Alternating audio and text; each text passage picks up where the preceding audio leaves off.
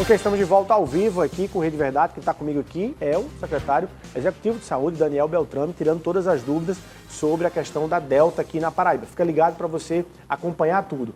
Vamos para a capital federal, vamos para Brasília com o Napoleão de Castro. Ele traz sempre as notícias aí lá do Congresso Nacional. Napoleão, muito boa tarde, querida, com você.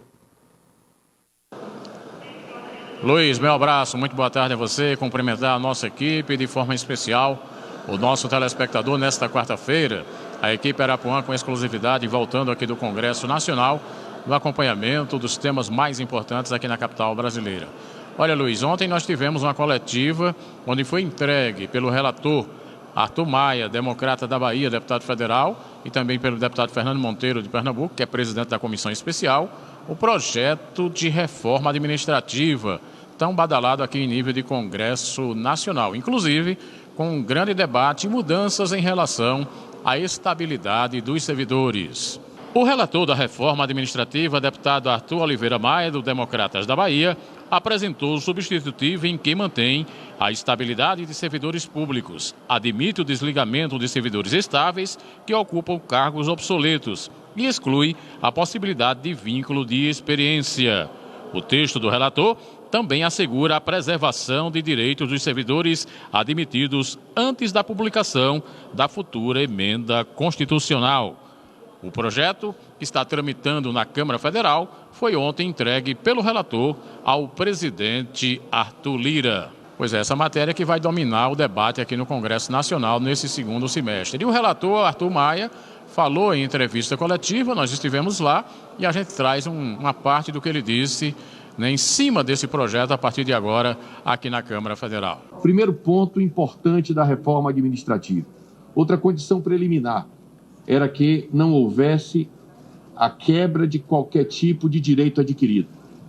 Entretanto, no bojo das discussões, a preservação de direitos foi além disso, porque até expectativas de direito dos servidores públicos atuais estão sendo preservadas.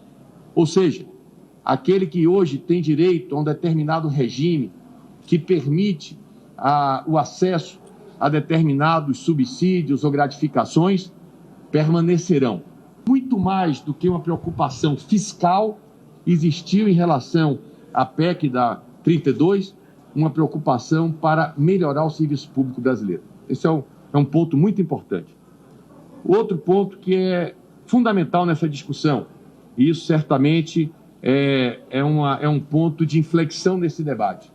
Nós estamos mantendo a estabilidade de todos os servidores públicos. Deputado Arthur Maia, democrata da Bahia, que é o relator da reforma administrativa. As informações nesta quarta-feira de notícias do Planalto Central, Napoleão de Castro, para o Rede Verdade. Ok, obrigado, Napoleão. Daqui a pouco a gente traz o prefeito Cícero Lucena falando aí sobre a questão do projeto que garante a entrega de medicamentos em domicílio e também o prefeito falou sobre os novos decretos municipais das restrições do combate à pandemia do coronavírus aqui na capital. Secretário Daniel Beltrame, exatamente sobre isso, com base nesses dados novos do acompanhamento, monitoramento da Delta aqui na Paraíba, tem previsão de fechamento das coisas para frente ou não? Veja, Luiz, concluindo a primeira quinzena de setembro, nós vamos ter 60 dias de circulação da Delta no estado, então essas próximas 2 semanas vão ser importantes para a gente entender qual é o tamanho da altura do obstáculo, o tamanho do desafio que nós vamos ter que enfrentar com a variante. O decreto que está vigente, ele nos ajuda em muitas coisas. Olha, bares, restaurantes, igrejas, teatros, cinema, 50% da ocupação. Então significa você ter um volume muito menor de pessoas do que aquele espaço comportaria, para tentar garantir 2 metros quadrados de distanciamento. Você acha que não está na hora de fazer, nem derrubar essas restrições, nem permitir os eventos? Nós estamos pedindo a colaboração de todo mundo para a gente não precisar retroceder. Mas aí a colaboração significa, não entre num restaurante que estiver absolutamente lotado e abarrotado. Precisa inclusive nos ajudar para que a gente possa reorientar o estabelecimento. São esses encontros desta forma que vão dificultar a nossa vida com a Delta. O dia 7 de setembro preocupa, secretário, do ponto de vista, estão previstas aí manifestações, aglomerações, e aí independentemente das questões políticas que motivam essas manifestações, mas a gente está falando em aglomeração de gente na rua, sem, naturalmente, se ter a garantia de que todas elas estarão com máscara. Isso preocupa do ponto de vista das autoridades sanitárias? Não há dúvida nenhuma. É um risco objetivo e a gente simplesmente dá o seguinte recado. Não vamos decidir por você o que você vai fazer, o livre-arbítrio é seu, mas é importante que você esteja protegido. Proteja-se o quanto puder. Aliás, 7 de setembro promete ser um feriado com uma possibilidade de ponte, um feriado prolongado, que as pessoas também fazem festividades em casa, fazem esses encontros ao qual me referi no bloco anterior. A gente precisa estar muito protegidos para não enfrentar problemas logo depois do feriado. Bom, também, independentemente das naturezas políticas, quem levanta o debate de que a discussão sobre a Delta hoje, não é só na Paraíba, mas no Brasil, é uma discussão de exagero, de terrorismo, enfim, há uma certa irresponsabilidade em pensar nisso, ou há de fato exagero em relação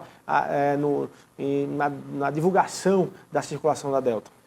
Luiz, dos mais diversos lugares de observação desse problema da pandemia, você, do local da comunicação e da imprensa, eu, da gestão de crise, nós temos que ter compromisso com os fatos e com a realidade. E os fatos e a realidade tem mais de 10 mil paraibanos que perderam as suas vidas para isso que a gente está enfrentando. E a gente acabou de receber a notícia que tem mais um elemento de dificuldade. Isso é fato. A gente não precisa pagar para ver, a gente não precisa submeter as pessoas a sofrimento excessivo. Isso não é uma politização da discussão. Isso é uma questão de colocar vidas em primeiro lugar e lançar a mão do que tiver disponível para a gente poder protegê-las o quanto possível. Catarina, me chamou muita atenção, você pode até tentar explicar para a gente mais detalhadamente, a informação da Fiocruz, 25 casos de Delta, 22 casos da Delta e 3 casos da mutação da Delta, ou seja, o que é a variação sobre a variação, está dessa forma e a gente vai perder esse controle? É tanta gente contaminada ao mesmo tempo, é tanto vírus se multiplicando. Olha, no mês de junho no Rio de Janeiro, Luiz, tinha no começo do mês 6% de participação da Delta no estado do Rio de Janeiro. No final do mês, isso multiplicou por 8, eram 48% de participação. Olha a velocidade em 30 dias. Nesse intervalo, dominou uma variante da variante, que é a AY4, que é a que predomina no Rio de Janeiro. E nós encontramos 2 delas aqui, entre estas 3, a outra é a AY12. Então, vale a pena a gente voltar para a questão que, gente, máscara, não se aglomerar em ambiente fechado e vacina no braço, ajuda a gente a parar, a fechar a fábrica de variante. A gente precisa tomar essa decisão. Bom, do ponto de vista de tudo aí que você tem narrado e descrito para a gente, como é que está a história de ocupação hospitalar na Paraíba? Como é que nós estamos hoje? Qual é a comparação e o efeito que pode ser feito de um eventual aumento na contaminação aqui na Paraíba? Olha, a gente precisa olhar para os Estados Unidos, que talvez seja o melhor exemplo. A Paraíba agora tem 18% em média de ocupação de leitos, mas a gente recebeu uma informação do Texas agora pela manhã, um balanço também do mês de agosto.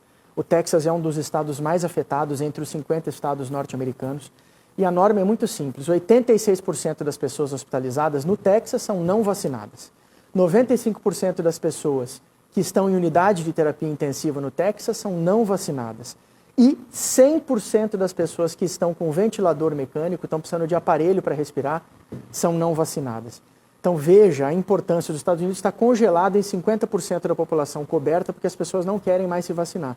A gente tem essa oportunidade. A imensa maioria dos brasileiros e brasileiras, das paraibanas e paraibanos, quer receber vacina. Se você ainda não recebeu a sua, eu não consegui me agendar, eu perdi o momento, para tudo que você está fazendo agora, vá até um lugar de vacinação, se apresente para você receber a sua dose. Porque, secretário, pelos dados que está trazendo aí, a partir dos Estados Unidos, nós estamos chegando num ambiente em que só estarão nos hospitais das pessoas que não chegaram perto das vacinas. Ou seja, os vacinados não estarão sendo o número nos hospitais. Sim, senhor. Um novo grupo de vulneráveis, um novo grupo prioritário, são os não vacinados. E isso gera, além disso, o risco para quem está não vacinado, gera um risco de vírus mais poderosos do que esse que a gente enfrenta com a Covid desde o final de 2019? Porque a vela que fica acesa na lamparina da pandemia é essa possibilidade do vírus encontrar alguém para ficar pulando de uma pessoa para outra. E essa ponte, esse caminho que o vírus vai encontrar são as pessoas não vacinadas. Então, a gente pede encarecidamente, pelo amor de Deus, olha, vacina vai salvar a tua vida. Tome essa boa decisão no tempo adequado, e o tempo adequado é agora. Terceira dose, importantíssima. Fundamental, decisão importante, que não significa deixar de fazer o que nós estamos fazendo. A gente vai terminar 18+, a gente vai vacinar adolescente de 12 a 17 anos com comorbidade, sem comorbidade, mas vamos começar também a fazer o reforço. De quem? 70 anos ou mais, que tenha recebido a última dose ou concluído o esquema há pelo menos 180 dias, são as pessoas que terminaram a segunda dose entre fevereiro e março, e as pessoas com problema de imunidade. A pessoa que fez um transplante, a pessoa que está fazendo um tratamento de câncer, que está fazendo diálise, outras doenças de imunidade, que tenha concluído a última vacina, fechado o esquema pelo menos 28 dias atrás, também vão receber reforço. Tá. Bom, além das características que você já destacou aí em relação à Delta, da transmissibilidade, da questão dela em ambiente fechado ser extremamente agressiva e forte, se identificou alguma diferenciação em relação à faixa etária que ela prefere?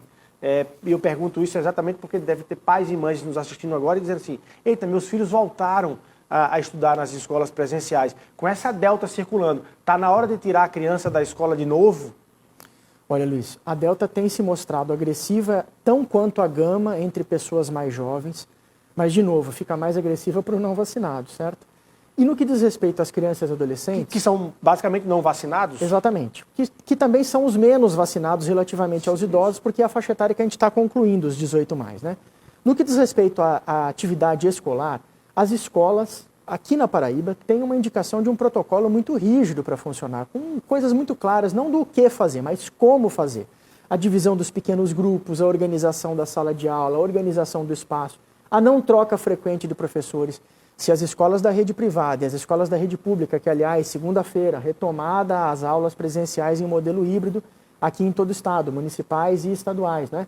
Se a gente puder usar os protocolos que estão publicados há mais de 6 meses à disposição, e a gente tem visto com preocupação que fiscalizações do PROCON, das vigilâncias sanitárias municipais, nós temos encontrado problemas em algumas escolas.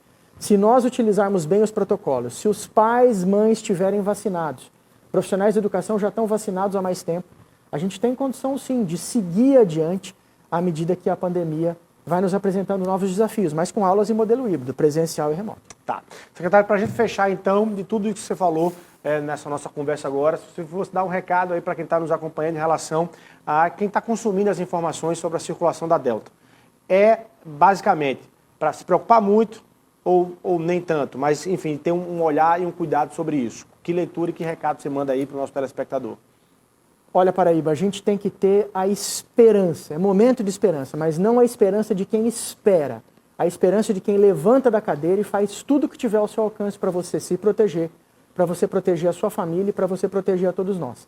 Máscara no rosto, não se aglomere em ambientes fechados, vacina no braço, porque desse jeito a gente vai dar muito trabalho para a variante Delta. Tá aí, secretário Daniel Beltrame, muito obrigado mais uma vez pela sua presença aqui no Rede Verdade, secretário. Sempre à disposição, Luiz. Um grande e fraterno abraço a todos. Bom demais. A você o nosso abraço, muito obrigado pelo carinho da sua audiência e até amanhã, se Deus quiser.